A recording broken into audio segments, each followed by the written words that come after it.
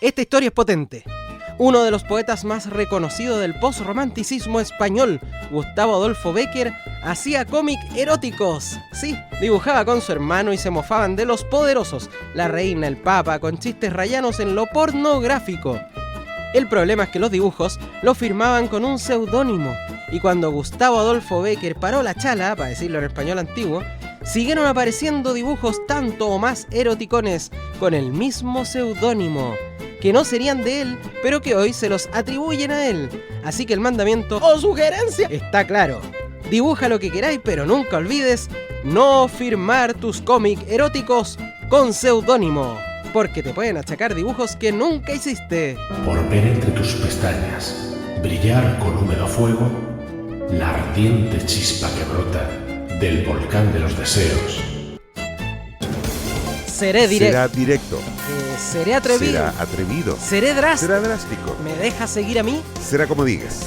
Seré franco. El podcast que te enseña los mandamientos ¿Tus sugerencias? para ser mejores personas. Yo soy Franco Ferreira. Usted es usted. Y yo seré franco con usted. Hola, hablemos de cultura y erotismo. Te traigo un reporte muy interesante. Para esto, imagínate el siglo XIX, los años 1800 y tanto. Ahí en España había una revista satírica, con harto humor y harta crítica a los gobernantes, a la realeza. Era la revista Gil Blas.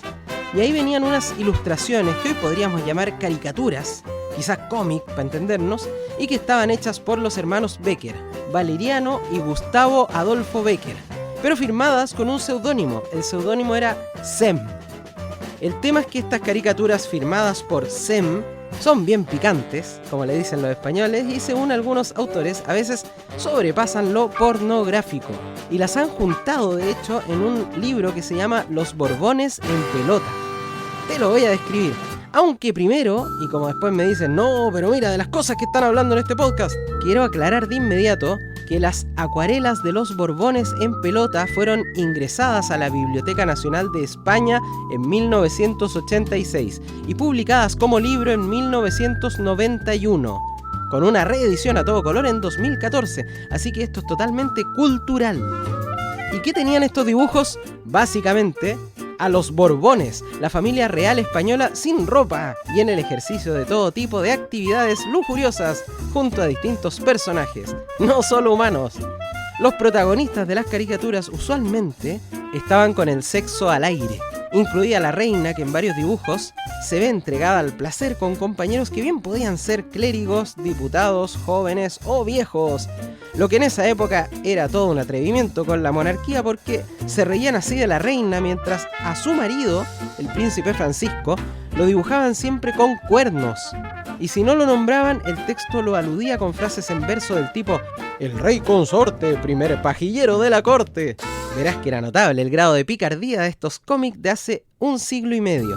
La cosa es que, como te dije, estaban firmados con el seudónimo Sem, que una serie de investigaciones determinó que correspondía a los hermanos Virgilio y Gustavo Adolfo Bécquer.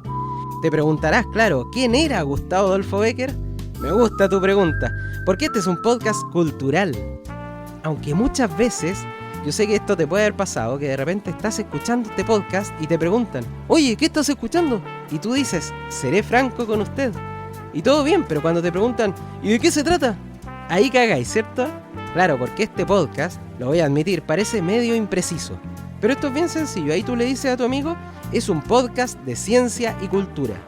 Una definición altamente sugerente y a la vez lo suficientemente inexacta como para permitir que entren todos nuestros capítulos en ella. Y como es un podcast de ciencia y cultura, hablar de Gustavo Adolfo Bécquer no es ninguna rareza. Se trata de un poeta español del postromanticismo. Ni siquiera es tan antiguo. Para que te hagas una idea, él nace en 1836 y muere en 1870. O sea, nosotros teníamos ya a Arturo Prat preparándose para sus momentos más heroicos cuando este poeta estaba ahí escribiendo. Pero Bécquer, además, me gustaría que te hagas una imagen de él, no es lo que uno cree. Es decir, Me refiero a que cuando a ti te hablan de un poeta del postromanticismo que se llama Gustavo Adolfo, como que tiendes a pensar en un señor más bien mayor, de pelo cano, una barba crecida. Pero nada, aquí nada de eso es correcto. Gustavo Adolfo Bécquer murió a los 34 años. Arturo Vidal tiene 36, para que te hagas una idea de la madurez de Gustavo Adolfo Bécquer. Y su rostro, según grabados que tú puedes ver en internet, es una cara que... Mira, si viniera un efectivo de investigaciones y me parara en pleno barrio universitario en República, me mostrara su foto y me preguntara ¿ha visto a este joven? Te juro que yo lo habría visto al menos afuera de 2 picas de completo y un carrito de sopaipilla. El flaco responde a todo el perfil de un estudiante promedio. Ese era Gustavo Adolfo Bécquer, cuya poesía casi no se conoció sino hasta después de su muerte. O sea, lo que tenemos hasta ahora revisando su vida es a un dibujante de pornografía en cómic. Lo que abre esperanzas para uno, que hasta ahora te escriben y dicen no, hace un podcast, pero espérense que muera y aparezca mi poesía postromántica. Ahí los quiero ver. Aunque eso no es lo único que me une con el poeta. Ocurre que yo, preparando este tema, recordé que una vez cité la obra de Bécquer en un podcast anterior, para que cachí que es cultural. Gustavo Adolfo Bécquer fue no solo nombrado por mí, sino que alguna vez cité su obra, sin tener idea quién era, voy a decir la verdad. Busqué un poema sobre el amor que resultó que era de él, y lo puse en un testículo. Suena raro, es que en nuestra primera temporada, episodio 19, yo hablé sobre los tatuajes. Puedes escucharlo, está en Spotify. Y ahí conocí a un chileno promedio en una tienda donde se hacen tatuajes. Jorge es su nombre. Y él me contó que se había hecho tatuajes en varias partes de su cuerpo, pero me sorprendió particularmente con un lugar. Tengo en el pecho, en el hombro, en un testículo también. ¿En un testículo? Sí. Debe ser doloroso. Sí, duele. Como que te queman. Algo así. ¿Quién no se ha quemado un testículo como para saber más? No, un testículo, o sea, una cosa Es de... ese mismo dolor. Simpático, Jorge. Me acuerdo que comencé a verlo de otra manera cuando confesó aquello.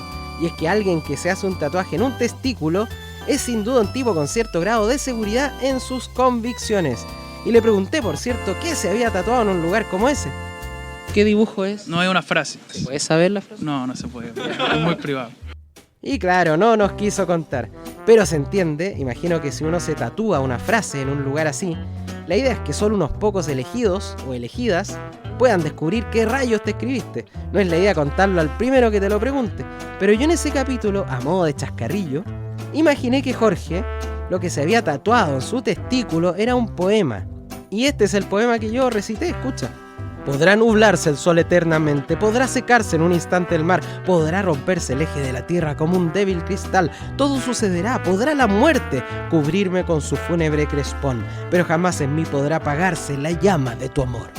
Y me reí imaginando que todo eso cabía en un testículo de Jorge.